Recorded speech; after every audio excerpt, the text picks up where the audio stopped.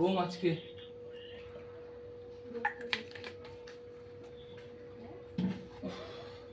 মা 2000 years.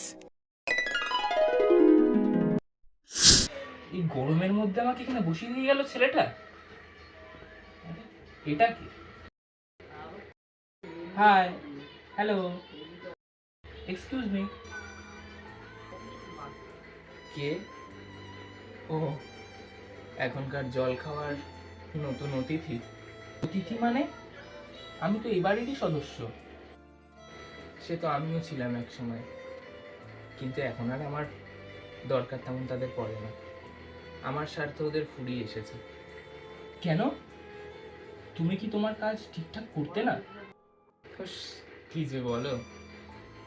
জানো, আগে এই ঋতুতে সবাই ওই যে বাইরে চাপা কলদাকে বেঁধে রেখেছে, ওর থেকে জল আমার মধ্যে নিয়ে খেত, নিজেদের তেষ্টা মেটাতো, আর বলতো স্বর্গ সুখ। সেসব দিন আর কোথায়। তুমি মন খারাপ করো না, আমি প্রার্থনা করি তোমার দিন যেন আবার ফিরে আসে, সবাই আবার গ্লাসে জল খাবে, দেখবে। তবে আমার নাতি নাতনিদের ব্যবহার এখন হয়, শুনেছি পার্টি ফাটিতে ওদের যাতায়াত আছে। ছেলেটা আবার আসছে আমাকে রাখতে।